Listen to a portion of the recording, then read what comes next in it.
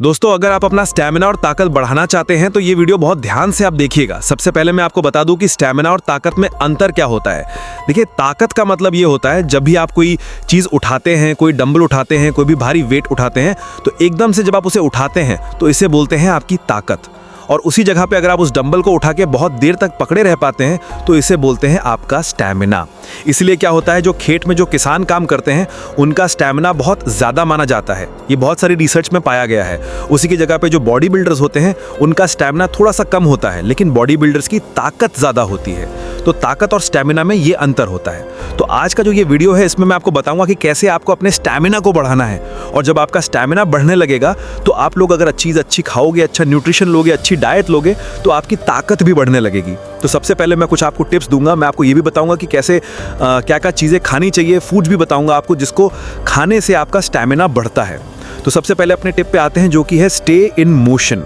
देखिए, अब इससे मेरा ये मतलब है कि अगर आप अपनी बॉडी का स्टैमिना, इंडोरेंस बढ़ाना चाहते हैं तो आपको अपनी बॉडी को मूवमेंट में रखना चाहिए। आपको हमेशा अपनी बॉडी को एक्टिव रखना चाहिए। इससे मेरा ये मतलब है कि अगर आप पूरे दिन बैठे रहेंगे, बेड पे लेटे रहेंगे तो आपकी बॉडी का स्टैमिना कम होता जाएगा और उसी के साथ में आपका इम्यून सिस्टम भी वीक होता जाएगा।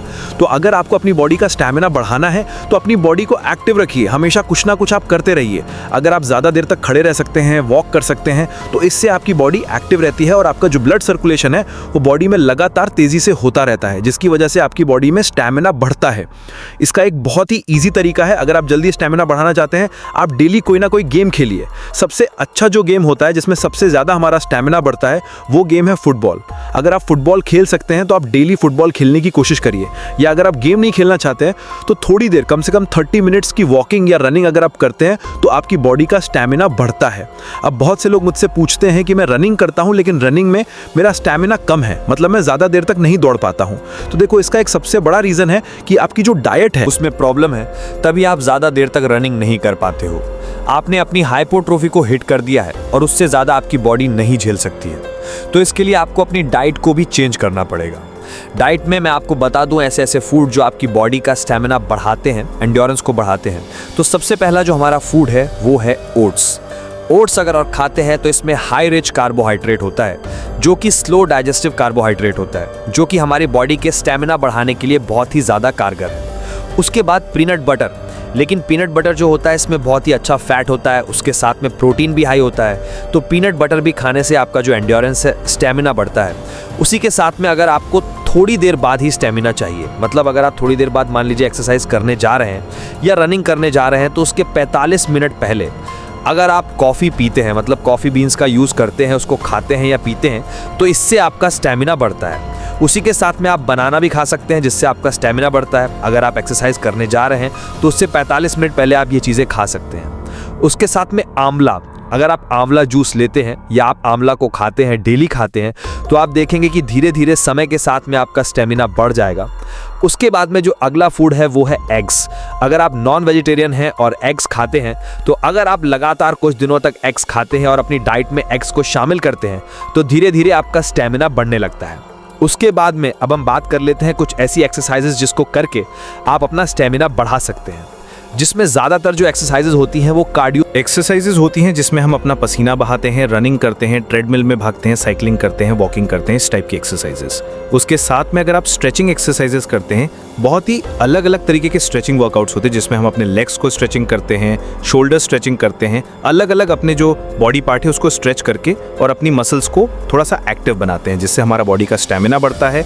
और सबसे ज़रूरी एक बात को ध्यान रखना, अगर आपके शरीर में टेस्टोस्टेरोन की कमी होगी तो आपकी ना तो मसल गेन हो पाएगी, ना आपका स्टैमिना बढ़ पाएगा और आपके शरीर में बिल्कुल भी स्ट्रेंथ नहीं होगी। इसलिए अपने टेस्टोस्टेरोन को बढ़ाने की कोशिश करो। इसके लिए एक बहुत अच्छी चीज़ मैं आपको बताता हूँ, आप लोग मैनश्योर का टेस्टोस्टेरोन बूस्टर इस्तेमाल करना शुरू कर दो। सबसे अच्छी बात क्या है, इसमें बहुत सारे ऐसे नेचुरल हर्ब्स हैं जो आपके टेस्टोस्टेरोन को नेचुरली बूस्ट करने में मदद करते हैं। जैसे गोखरू बड़ा, ये नेचुरल टेस्टोस्टेरोन को बूस्ट करता है, आपका कोई यूरिनरी इशू को सही करने में मदद करता है। उसके अलावा इसमें सफ़ेद म्यूसली मिलती है इसमें, जो आपके लिबिडो को बूस्ट करने में हेल्प करती है, आपके मसल ग्रोथ को और आपके स्ट्रेंथ को बढ़ाने में मदद करता है। उसके अलावा सबसे ज़रूरी चीज़ इसमें अश्वगंधा है। अश्वगंधा आपके टेस्टोस्टेरोन को नेचुरली बूस्ट करने में मदद करता है, आपके स्ट्रेस लेवल को कम करने में मदद करता है, जिससे आप लोग का ओवरऑल वेलबींग अच्छा होता है। मेंश्योर का टेस्टोस्टेरोन बूस्टर 100% नेचुरल है और सबसे अच्छी चीज़ की ये क्लिनिकली प्रूवन है। इसमें कोई भी आप लोग को साइड इफेक्ट देखने को नहीं मिलता है। यह आपके मसल ग्रोथ को एनहेंस करता है, आपके स्टेमिना को इंप्रूव करने में मदद करता है, आपकी सेक्स ड्राइव और परफॉर्मेंस को इंप्रूव करने में हेल्प करता है। उसके साथ में सपोर्ट करता है आपके इम्यूनिटी को, और अगर आपको हेयर फॉल हो रहा है तो उसे भी कम करने में, रिड्यूस करने में मदद करता है। इसको अगर आप लोग लगातार इस्तेमाल करते हैं तो ये आपके टेस्टोस्टेरोन को बूस्ट करेगा।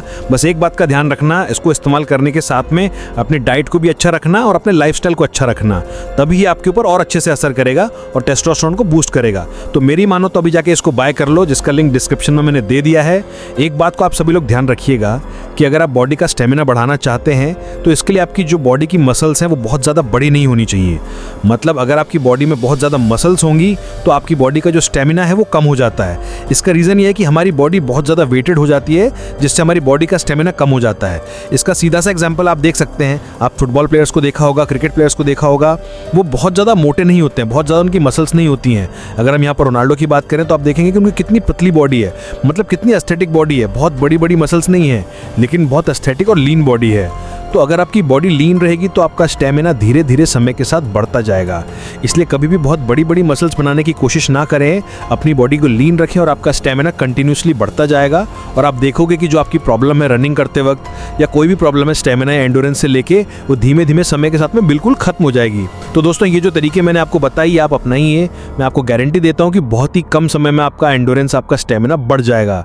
तो दोस्तों ये था आज का वीडियो। अगर वीडियो अच्छा लगा हो तो चैनल को सब्सक्राइब कीजिए और वीडियो को लाइक कीजिए। धन्यवाद।